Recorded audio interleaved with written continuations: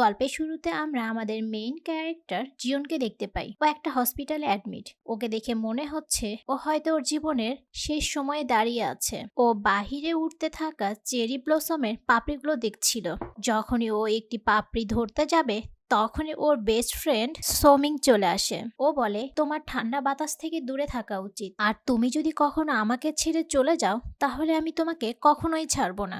ঈশ্বর আমার আয়ু যেন তোমাকে দিয়ে দেয়। তখন জিউন বলে, ভাগ্য আমাকে দুর্ভাগ্য দিয়েছে ঠিকই, কিন্তু তোমার মতো একটা বন্ধু পাওয়া সত্যি আমার সৌভাগ্যের ব্যাপার। সোমিং তখন বলে, এভাবে কেন বলছো? মিনহান তো অনেক ভালো একজন মানুষ। মিনহান হলো জিওনের হাজবেন্ড। তখন জিওন বলে, মিনহানের অন্য কারোর সাথে অ্যাফেয়ার রয়েছে, আর সেটা আমি তার একটা ভুলে করা মেসেজের মাধ্যমে জানতে পেরেছি। এখানে আমরা জানতে পারি জিওনের টমাস ক্যান্সার হয়েছে। সোমিং ওকে ভরসা দিয়ে বলে, জীবনের শেষ অবধি লড়ে যেতে হবে, হেরে যাওয়া যাবে না, হাল ছাড়াও যাবে না। এরপর দেখা যায় জিওনকে কেমোথেরাপি দেওয়া হচ্ছে। তখন ও বলে, আমার ঠিক মনে নেই আমি লাস্ট কবে হেসেছিলাম, হয়তো খুব বেশি হলে 6 মাস বা 1 বছর বাঁচবো। এরকম জীবন দিয়ে কি হবে? তখন আমাদেরকে ফ্ল্যাশব্যাকে নিয়ে যাওয়া হয়। এখানে জিওন আর মিনহানের বিয়ে। ভালোবেসে বিয়ে করেছিল মিনহানকে। বিয়ের কিছু বছর পর বেবি না হওয়ার কারণে জিওনের শাশুড়ি ওকে নানানভাবে কথা শোনাতে থাকে, আর মিনহান ও অনেক বেশি কেয়ারলেস হয়ে যায়। একটা সময় ওর হাজবেন্ড বলে, আমি আর চাকরি করব না, বাসায় বসে শেয়ার কেনাবেচা করব। তখন জিওন বলে, তাহলে সংসার কি করে চলবে? মিনজুন বলে, আমার যেটা ভালো মনে হয় আমি সেটাই করব। এদিকে জিওনের লাইফে যেন কঠিন একটা সময় চলে আসে। অফিসের বস ওর সাথে রাগারাগি করে, আর বাসায় আসার পর ফ্যামিলিতে সবাই ওর সাথে অনেক বেশি খারাপ বিহেভ করে। হঠাৎ একটা সময় ওর পেটে পেইন শুরু হয়ে যায়। তারপর টেস্ট করে জানতে পারে ওর স্টমাচ ক্যান্সার হয়েছে। মিনহুর মা বলে, তুই এমন একটা মেয়েকে বিয়ে করলি যে অসুস্থ, এখন তোর জন্য রান্নাবান্না কে করবে, সংসারে কাজ কে করবে? মিনহু বলে, কেন, ওই করবে, আর ওর কিছুই হয় নাই, ও সব নাটক করছে। জিউনের শাশুড়ি জিউনকে বলে, তুমি তোমার অফিসে কিছু জানাবে না, চাকরিটা কন্টিনিউ করো। এইসব ভেবেই ওর যেন ঘুম ভেঙে যায়, ও আঁতকে ওঠে।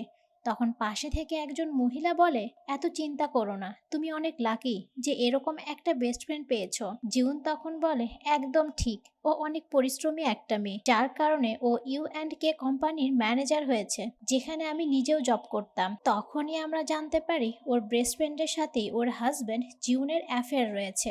ডক্টর এসে জিউনকে বলে, তুমি যদি তোমার ট্রিটমেন্ট কন্টিনিউ করতে চাও তাহলে হসপিটালের বিল পরিশোধ করো। জিউন ওর হাজবেন্ড মিনহানকে ফোন করে, কিন্তু ফোন বন্ধ পায়। ও কোনো উপায় না পেয়ে হসপিটাল থেকে বেরিয়ে আসে। সেখানে একটি ট্যাক্সি চলে আসে। ও ট্যাক্সিতে উঠে পড়লে ট্যাক্সি ড্রাইভার বলে, আপনাকে দেখে খুব অসুস্থ মনে হচ্ছে, চিন্তা করবেন না, আপনি খুব দ্রুত সুস্থ হয়ে যাবেন। জিউন বলে, আমি হয়তো আর খুব কম দিন বেঁচে থাকবো, আর বেঁচে থাকার আমার ইচ্ছেও নেই, কারণ আমার ভাই বোন বলতে কেউ নেই। আমার বাবা অনেক আগে মারা গিয়েছে, আর আমি এমন একটা হাজবেন্ড পেয়েছি বলার ভাষা নেই। এখন তো মনে হয় যদি আমি বিয়ে না করতাম তাহলেই বোধহয় ভালো হতো, নিজের টাকায় নিজে চলতে পারতাম, ট্রিটমেন্টটাও করতে পারতাম। তখন ড্রাইভার বলে, চিন্তা করবেন না, জীবন যে কোনো সময় পাল্টে যেতে পারে। তখন ড্রাইভার জিউনকে অন্য একটা রাস্তায় নিয়ে আসে, যে রাস্তাটা ছিল অনেক বেশি সুন্দর, আর পুরো রাস্তাটা ছিল চেরি ব্লসমের গাছ দিয়ে ভরা। এত সুন্দর একটা পরিবেশ। ড্রাইভার বলে, আমরা যে রাস্তাটা জানি সেটাই শেষ না, আরো অনেক রাস্তা খোলা থাকতে পারে, শুধু আমাদেরকে খুঁজে নিতে হয়। এরপর দেখা যায় ড্রাইভার জিউনকে ওর বাড়ির সামনে এনে নামিয়ে দেয়। জিউন ড্রাইভারকে টাকা দেয়, আর ড্রাইভার সেই টাকাটা ফেরত দিয়ে বলে, ধরে নিন, এই টাকাটা আপনার বাবা আপনাকে দিয়েছে আপনার সাহায্যের জন্য।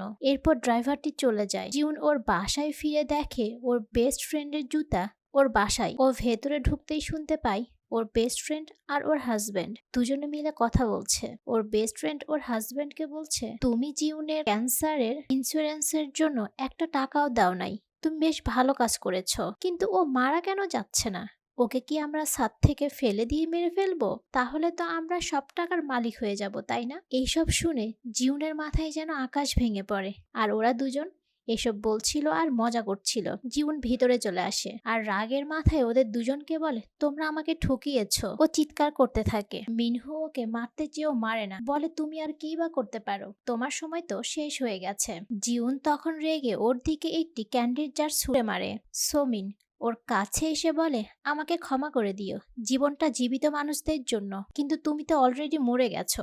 এটা শুনে জিউন তার দুর্বল শরীর নিয়ে সোমিনকে ধরে মারতে থাকে। তখন মিনহো এসে জিউনকে ধাক্কা দিয়ে ফেলে দেয়, আর ওখানে থাকা একটি কাচের টেবিলের উপরে পড়ে জিউনের মৃত্যু হয়ে যায়। এখানে জিউনের নিথর দেহটা পড়ে আছে। ও শুধু একটাই কথা বলে, পৃথিবীতে আমি শুধু খুশি থাকতে চেয়েছিলাম। যখন ও শেষবারের মতো চোখের পলক ফেলে তখনই ও মিনহুকে দেখতে পায়। এখানে দেখা যায় ও মিনহুকে মারছে। ওরা দুজনেই অফিসে ছিল, ওরা দুজনে মারামারি করছিল। যেই মিনহু ওকে মারতে যাবে তখন ওদের অফিসের বস জিহু চলে আসে আর ওদেরকে বলে, তোমরা এখন অফিসে এসব কি করছো? জিহুন দেখে ওর হাতে ইনজেকশনের কোনো দাগ নেই। ও আয়নার সামনে চলে আসে আর দেখে ও একদম সুস্থ।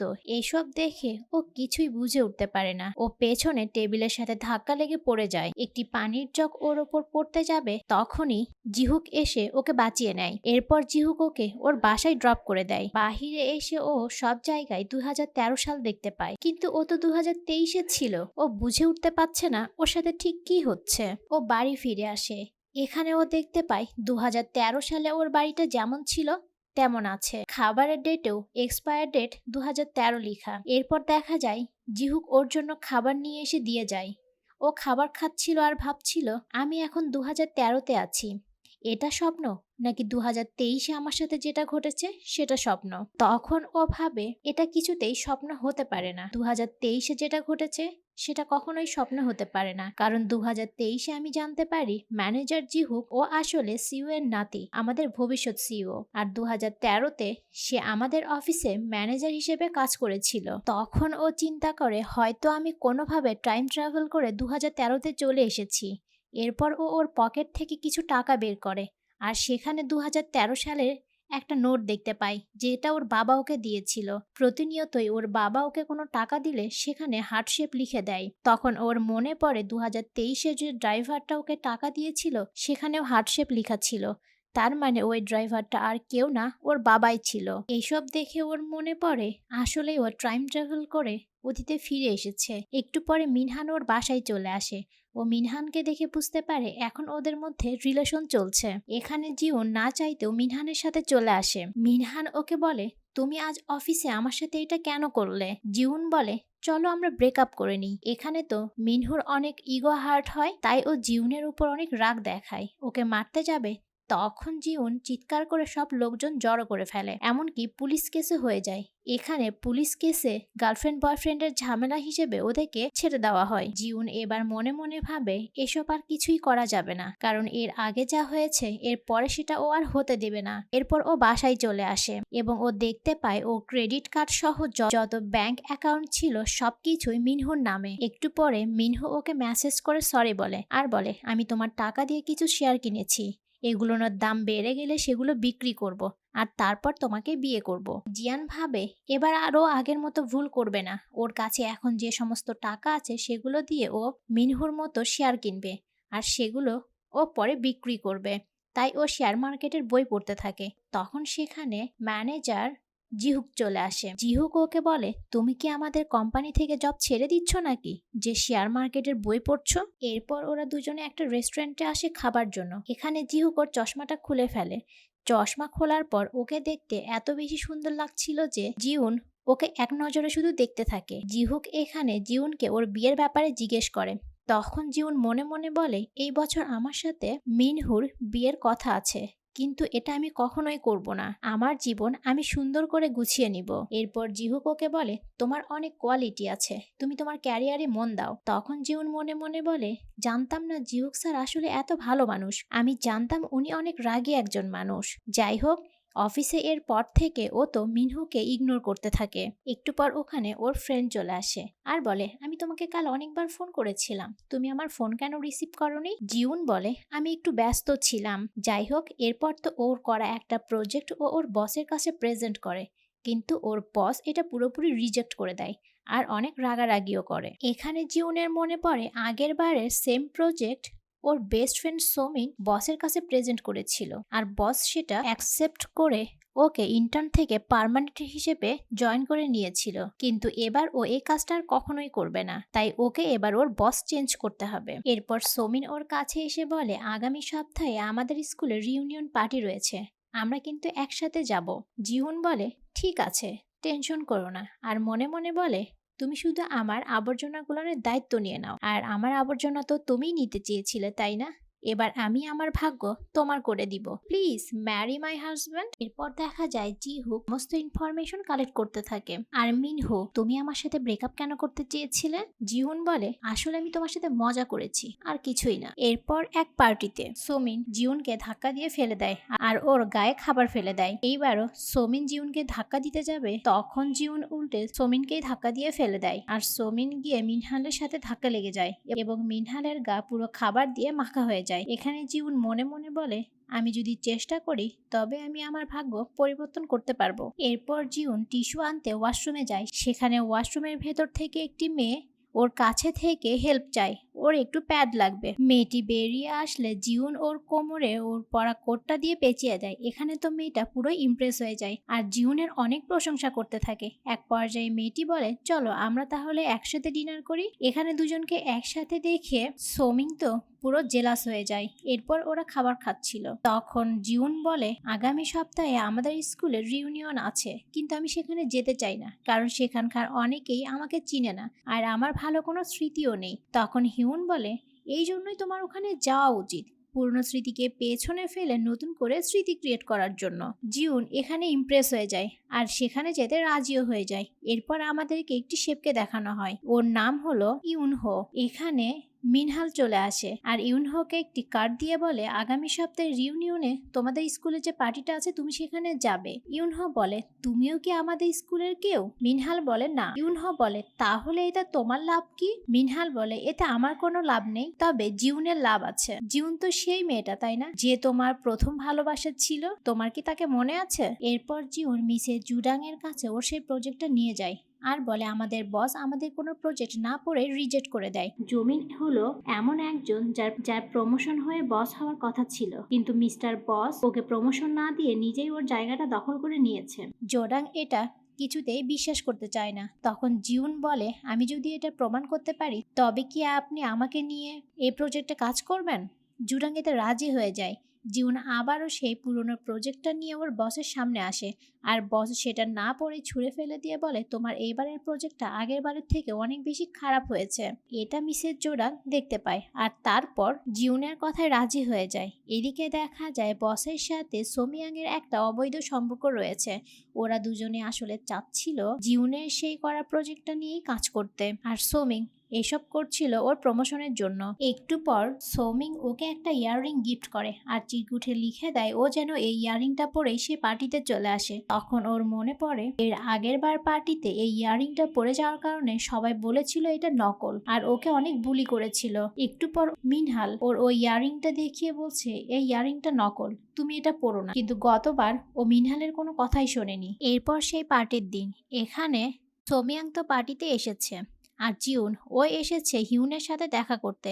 হিউন বলে, আজ তোমাকে আমি একদম চেঞ্জ করে দিব। পৃথিবীর মানুষ আমাদের ভেতরটা দেখে না, বাহিরের লুক দেখে জাজ করে, আর তাদের সাথে ঠিক সে ভাষাতেই কথা বলা উচিত। এখানে জিউনকে এত সুন্দর করে সাজিয়ে দেয় যে ও নিজেই নিজেকে দেখে চিনতে পারছিল না, আর তখন ওর অতীতের কথা মনে পড়ে চোখে পানি চলে আসে। এদিকে হিউন তো ওকে দেখে অনেক খুশি ছিল। হিউন এখানে ওকে অনেকগুলো ড্রেস ট্রাই করায়। ওকে দেখতে এত বেশি গর্জিয়াস লাগছিল যে সবাই তো ওর দিকে পুরো হা হয়ে তাকিয়ে থাকে। এখানে সবাই সোমিং এর নকল হিয়ারিং দেখে একটু হাসাহাসি করছিল, আর জিউন ও হিউনের আসল ব্র্যান্ডের হিয়ারিং পরে সেখানে এসেছিল। জিউন এখানে মনে মনে বলে, ফাইনালি আমি সত্যিকারের বন্ধু পেয়ে গেছি। এরপর ও ওয়াশরুমে চলে আসে আর সেখানে এসে ও মেয়েদের কথা শুনতে পায়। মেয়েরা ওকে নিয়ে আলোচনা করছিল। ওরা বলছিল জিউন তো শো অফ করছে, ও সোমিং এর বয়ফ্রেন্ডকে কেড়ে নিয়েছে আর ও সোমিং এর দেওয়া চাকরি করছে। জিউন এখানে বেরিয়ে আসে আর বলে, আমি ওর দেওয়া চাকরি করছি না, বরং আমি যে কোম্পানিতে চাকরি করতাম সেখানে ওকে চাকরি নিয়ে দিয়েছি। আর বাকি রইল বয়ফ্রেন্ডের কথা, তখন ও ওর বয়ফ্রেন্ড মিনহানকে ফোন করে আর তার সাথে কথা বলিয়ে দেয়। এখানে প্রমাণ হয়ে যায় যে ওর সাথে এখনো মিনহান রিলেশনে আছে আর সোমিং এর সাথে কোনো রকম রিলেশন নেই। এরপর মেয়েরা বাহিরে বের হয়ে এসে সোমিংকে ধরে আর বলে, তুমি একের পর এক মিথ্যা কথা বলেছো কেন? এখানে সোমিং কোনো কথা খুঁজে পায় না। মেয়েরা তখন বাহিরে বের হয়ে এসে জিউনকে বলে, ছোটবেলায় ইউনহোকে পছন্দ করত আর তুমি ওদের ব্রেকআপ করে দিয়েছিলে। জিউন বলে, আমি ওর ভালো একটা ফ্রেন্ড ছিলাম, কিন্তু ওদের মধ্যে কোনো রিলেশন ছিল সেটা আমি সত্যিই জানতাম না। আমি কি জানতাম সোমিং তোমার সাথে ওর রিলেশন ছিল? সোমিং বলে, আসলে তুমি ওকে পছন্দ করতে, তাই আমি তোমার কাছে বিষয়টা লুকিয়েছিলাম। আমি যদি সত্যি বিষয়টা জেনে না থাকি তাহলে আমি তোমাদের ব্রেকআপ কিভাবে করালাম? একটু পর সেখানে ইউনহো চলে আসে। তখন জিউন বাহিরে বের হয়ে আসে। ইউনহো বলে, তুমি চলে কেন যাচ্ছ? আমি তোমাকে অনেক পছন্দ করতাম, কিন্তু কখনো বলতে পারিনি। মেয়েরা তো সোমিয়াংকে অনেক আজে বাজে কথা বলতে থাকে। সোমিয়াং ওয়াশরুমে এসে জিউনকে ফোন করতে থাকে, কিন্তু জিউন ওর ফোনটা কিছুতেই রিসিভ করে না। এরপর সোমিং বাহিরে বেরিয়ে এসে দেখে সবাই ওকে রেখে চলে গিয়েছে। এরপর সোমিং মিনহুর সাথে জিউনের বাসায় চলে আসে। এসে দেখে ও দরজা লক চেঞ্জ করেছে। এখানে সোমিং আর মিনহু ওরা দুজনে একসাথে বেশ কিছু সময় কাটায়। এদিকে জিহুক ওকে বাসায় ছাড়তে আসে। জিউন জিহুককে বলে, তুমি বরং চশমা না পরে লেন্স পরতে পারো। এই কথা শুনে জিহুক তো অনেক বেশি খুশি হয়ে যায়। এরপর রাতে সোমিং জিউনকে ফোন করে আর বলে, তোমার ওই প্রজেক্টটা আমাকে দিয়ে দাও, আমি ওই প্রজেক্টে কাজ করব। জিউন বলে, আমি তোমাকে ওই প্রজেক্টটা দিতে পারবো না, কারণ ওই প্রজেক্টে আমি নিজেই কাজ করব। যাই হোক, এরপর থেকে অফিসে তুমি আমাকে ম্যাম বলে ডাকবে, কারণ আমি তোমার থেকে সিনিয়র। এই বলে তো ও লাইনটা কেটে দেয়। এরপর ইউনহো জিউনকে ফোন করে। জিউন বলে, তুমি স্কুলে কেন আমাকে সামনে আসতে নিষেধ করেছিলে? ইউনহো বলে, তুমি কি সব ভুলে গেছো? আমি তোমাকে চিঠির মাধ্যমে প্রপোজ করেছিলাম আর তুমি চিঠির মাধ্যমে আমাকে রিজেক্ট করে দিয়েছিলে। তখন জিউনের মনে পড়ে ও তো কোনো চিঠি ইউনহোকে দেয় নাই। তখন ও বলে, তাহলে তুমি তোমার চিঠিটা নিয়ে আমার সাথে দেখা করো। এরপর অফিসে জিউন ওর লুক চেঞ্জ করে যখন এন্ট্রি নেয় তখন সবাই তো ওকে হা হয়ে দেখছিল। মিনহু তখন দৌড়ে এসে বলে, তুমি কি সত্যি আমার গার্লফ্রেন্ড? তোমাকে দেখতে এত সুন্দর লাগছে। ওখানে জিহুকও চলে আসে আর ওকে দেখে তো ওখানে হোঁচট খেয়ে পড়েও যায়। এরপর সোমিয়াং জিউনের কাছে এসে সবকিছুর জন্য সরি বলে আর বলে, কাল যা হয়েছিল সব ভুলে যাও, আমি ভুল করেছি। জিউন মনে মনে বলে, যদি অতীতের কাহিনী আমি না জানতাম তাহলে হয়তো আজ তোমার কথায় আমি ভুলে যেতাম, কিন্তু সেটা আর সম্ভব না। জিউন বলে, চিন্তা করো না, বাকিটা আমি ইউনুর কাছ থেকে জেনে নিব। সোমিয়াং বলে, তুমি যদি ইউনুর সাথে দেখা করো সেটা মিনহুর খারাপ লাগবে না? জিউন বলে, চিন্তা করো না, মিনহুর মেন্টালিটি এতটাও খারাপ না যে ওর খারাপ লাগবে, আর ও শেয়ার মার্কেটে অনেক ভালো বিজনেস করছে। এরপর আমরা দুজনে একটা বাড়ি কিনবো আর তারপর আমরা বিয়েও করব। আসলে জিউন এখানে এই সমস্ত কথা বলছিল এই জন্য যে সোমিয়াং যেন মিনহুর প্রেমে পড়ে যায়, ওকে লোভ দেখাচ্ছিল। এবং অফিস শেষে জিহুক জিউনকে বলে, তোমাকে এই ড্রেসটা অনেক বেশি সুন্দর লাগছে, আর তোমার বলার কারণে আজ আমি কন্টাক্ট লেন্স পরেছি। জিউন বলে, আর সেই জন্যই আপনাকে আজ অনেক বেশি সুন্দর আর হ্যান্ডসাম লাগছে। জিহুক একটু হাসি দেয়। তখন জিউন বলে, আপনি হাসলে আপনাকে দেখতে অনেক বেশি সুন্দর লাগে, হাসতে তো আর ট্যাক্স লাগে না, সবসময় হাসবেন। পর দেখা যায় হিউন একটি ব্যাগ কিনে লাফালাফি করছিল, সেখানে জিহুক এসে ওকে নিয়ে যায়। জিউন এসব দেখে একটু মন খারাপ করে। হিউন হয়তো জিহুকের গার্লফ্রেন্ড, তাই ওর মনটা ভেঙে যায়। এরপর দেখা যায় জিহুকের বুকে একটা হার্ট শেপ। তখন জিহুক বলে, যেদিন তুমি আমাকে বলেছিলে তোমার বাবা তোমাকে যতবার টাকা দিত তখন এরকম একটা হার্ট শেপ এঁকে দিত, তখন থেকে আমি তোমার সাথে মিশতে শুরু করি। আমি কি তোমাকে বলে দিব যে মিনহুর জন্য তোমার জীবনটা নষ্ট হয়ে যাবে? তাহলে তো আমাকে পুরো সত্যিটাই বলতে হবে। এরপর আমাদেরকে 2023-এ নিয়ে যাওয়া হয়। এখানে জিউনের ফেয়ারওয়েল ছিল। জিহুক ওখানে দেখতে পায় জিউনের মারা যাওয়ার কারণে মিনহু আর সোমিয়াংকে পুলিশে ধরে নিয়ে যাচ্ছে। সেখানে ইউনহো ছিল। ও এটা বুঝতে পারে যে ইউনহোর সাথে জিউনের কোনো রিলেশন ছিল না, আর ও ইউনহোর সাথে সোমিংয়ের ব্রেকআপও করিয়ে দেয়নি।